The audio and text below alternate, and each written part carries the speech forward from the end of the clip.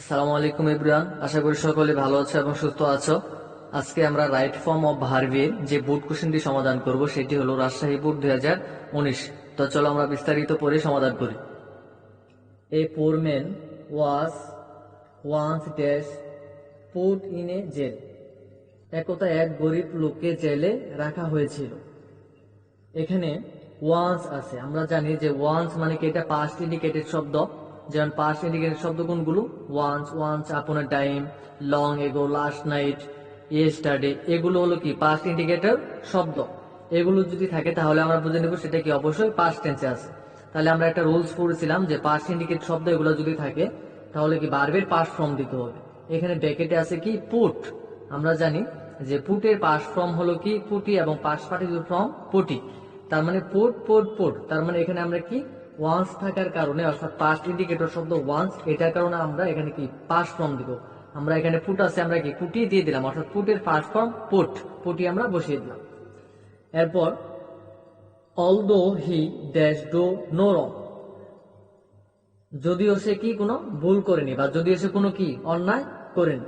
যেহেতু এটা পাস্ট টেন্সের গল্পটা, তার মানে কি এখানে ডো আছে, আমরা জানি কি ডো এর পাস্ট ফর্ম কি ডিড, তাহলে এখানে আমাদের কি বসাতে হবে? ডিড বসাতে হবে।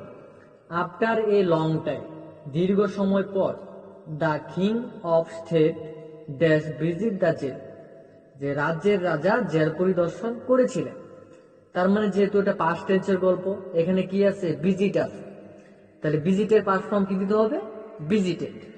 তাহলে আমরা এখানে কি দেবো? A long, after a long time the king of state visited the jail, যে দীর্ঘ সময় পর বা দীর্ঘদিন পর রাজ্যের রাজা জেল পরিদর্শন করেছিলেন।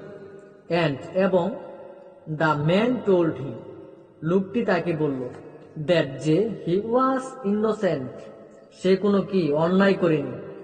বাট কিন্তু a case dash file against him by some of his enemies, কিছু শত্রু তার বিরুদ্ধে কি করেছিল? মামলা রুজু করেছিল। তাহলে এখানে আমাদের দেখে নিতে হবে যে সাবজেক্টটা কি আছে। তাহলে এখানে সাবজেক্ট আছে এ কেস, মানে কি একটি মামলা, কিছু শত্রু তার বিরুদ্ধে মামলা রুজু করেছিল। এ কেস সাবজেক্ট, তার সাবজেক্ট কি অবশ্যই এটা নিষ্ক্রিয়। আর সাবজেক্ট যদি নিষ্ক্রিয় থাকে তাহলে আমাদের কি করতে হয়? প্যাসিভ ভয়েসে রূপান্তর করতে হয়। প্যাসিভ ভয়েসে রূপান্তর করার নিয়ম কি?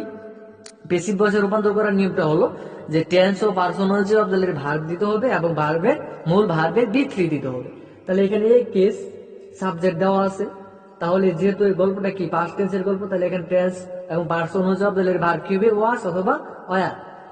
এ কেস মানে একটি কেস, একটি মামলা, এই জন্য কি আমাদের এখানে ওয়াজ দিতে হবে। আর ফাইল আছে, তার মানে কি ইডি যুক্ত করে ফাইল, ওয়াজ ফাইল, তাহলে এখানে কি হবে? ওয়াজ ফাইল। এরপরে দ্য কিং ড্যাশ ইনকোয়ার্ড প্রাইভেটলি, যে রাজা ব্যক্তিগতভাবে কি করেছিল? তদারকি করেছিল। এখানে কি মেন শব্দটা আমাদের ইনকোয়ার ছিল, ইনকোয়ার ছিল। তাহলে যেহেতু গল্পটা পাস্ট টেন্সের, তাহলে এখানে আমাদের কি দিতে হবে? ইনকোয়ার্ড, ইডি যুক্ত করে I N Q U I R E D, inquired past টেন্সে করে দিলাম। এন্ড এবং dash find that it was true, এবং ইহা কি ছিল? সত্য ছিল।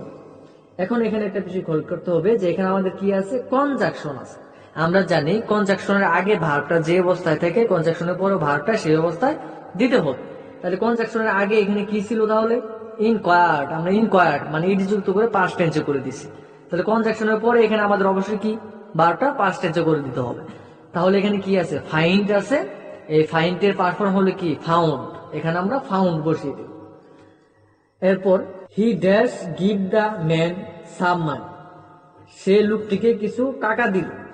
এখানে কি আছে? গিভ, টাকা দিয়েছিল। যেহেতু গল্পটা পাস্ট ফর্মের, এর জন্য গিভের পাস্ট ফর্ম দিতে হবে কি? Gave, GAVE, gave.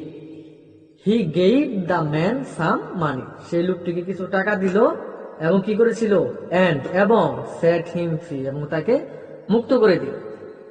এরপর he went straight to the market, সে সরাসরি কি করেছিল? বাজারে গিয়েছিল। ইন এ শপ দেয়ার, সেখানে একটি দোকানে ওয়াইল্ড বার্ডস, বন্য পাখি, keep in a case for sale, খাঁচায় বন্দি করে রাখা হয়েছিল বিক্রির জন্য। তাহলে এখানে আমাদের সাবজেক্টটা দেখতে হবে কি? যে ওয়াইল্ড বার্ডস, বন্য পাখি, এই বন্য পাখিদেরকে খাঁচায় বন্দি করে রাখা হয়েছিল। তার মানে বন্য পাখি এখানে হলো কি সাবজেক্ট, সাবজেক্ট কি নিষ্ক্রিয়, পাখিদেরকে কি বন্দি করে রাখা হয়েছিল, তার মানে পাখিদের এখানে কোনো কি কাজ নেই, এর জন্য ওয়াইল্ড বার্ডস হলো কি নিষ্ক্রিয়। তার মানে আমাকে এটা কি করতে হবে, প্যাসিভ ভয়েসে রূপান্তর করতে হবে। আমরা জানি প্যাসিভ ভয়েসে রূপান্তর করার নিয়ম হলো টেন্স এবং পার্সন অনুযায়ী অবজালির ভার এবং মূল ভার্বের বৃদ্ধি। যেহেতু এখানে পাস্ট টেন্সের গল্পটা, তাহলে পাস্ট টেন্সের অবজালির ভার কয়টা, দুইটা, একটা হলো ওয়াজ আর একটা হলো অয়া। ওয়াইল্ড বার্ডস বন্য পাখিগুলো মানে পোরাল বোঝাচ্ছে, আর পোরাল হলে কি অয়া।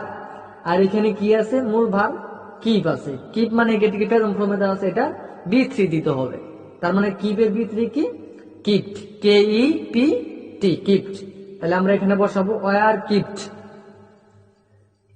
Wild birds were kept in cage for sale. He said to the shopkeeper, সে কি দোকানদারকে বলল, কি বললো, I wish to buy all the birds of your shop, আমি আপনার দোকানের সবগুলো পাখিগুলো কি কিনতে চাই। This birds unjustly dash imprison, যে পাখিগুলা কি অন্যভাবে বন্দি করে রাখা হয়েছে। এখানে আমরা সাবজেক্টটা কি দেখি, সাবজেক্টটা হলো দিস বার্ড, এই পাখিগুলোকে, এই পাখিগুলো কি করছে, অন্যায় ভাবে বন্দি করে রাখা হয়েছে। তার মানে পাখিগুলোর কোনো কাজ নাই, অবশ্যই সাবজেক্ট কি নিষ্ক্রিয়, আর নিষ্ক্রিয় হলে কি প্যাসিভ ভয়েস। একই নিয়ম দেখো আমরা অন্যান্য কোশ্চেন গুলোর ভিত্তিতে এরকম ভাবে আমরা এই নিয়মগুলাই পড়ে আসতেছি, বারবার আমরা কি এই নিয়মগুলাই আলোচনা করতেছি। তাহলে সাবজেক্ট কি নিষ্ক্রিয়, আর নিষ্ক্রিয় থাকার কারণে প্যাসিভ ভয়েস করতে হবে। তাহলে প্যাসিভ ভয়েসে রূপান্তর করার নিয়ম, টেন্স ও পার্সন অবজালির ভার, এটা যেহেতু পাস্ট টেন্সের গল্প, তাহলে এখানে কি দিতে হবে, দিস বার্ড মানে পোরাল বোঝাচ্ছে, অনেকগুলা পাখি বোঝাচ্ছে, এর জন্য অবজালির ভার হিসেবে আমরা কি দিব, অয়ার। আর এখানে কি আছে, ইমপ্রেশন, ইমপ্রেশন মানে কি প্রেজেন্ট টেন্স আছে, তাহলে ইমপ্রেশনড মানে ইডি যুক্ত করে দিতে হবে।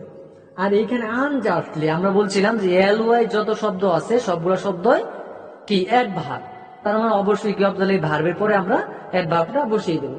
তাহলে এখানে আমরা কিভাবে কি দিতে পারি, আমরা যে ওয়ার আনজাস্টলি ইমপ্রেশনড, ইডি যুক্ত করে আমরা ইমপ্রেশনড করে দিলাম। এন্ড এবং I like to, and I like to dash set them free, এবং আমি এগুলোকে মুক্তি করে দিতে চাই। মুক্তি করে দিতে চাই তার মানে এটা প্রেজেন্ট টেন্স বোঝাচ্ছে। আর প্রেজেন্ট টেন্স হলে কি আমরা জানি, এখানে একটা বিষয় খেয়াল করতে হবে, টু আছে। আমরা জানি সকল প্রিপোজিশনের পরে ভার্বের সাথে আইএনজি যুক্ত হয়, কিন্তু টু একমাত্র প্রিপোজিশন যেটার পরে অবশ্যই কি ভার্বের বি1 দিতে হয়।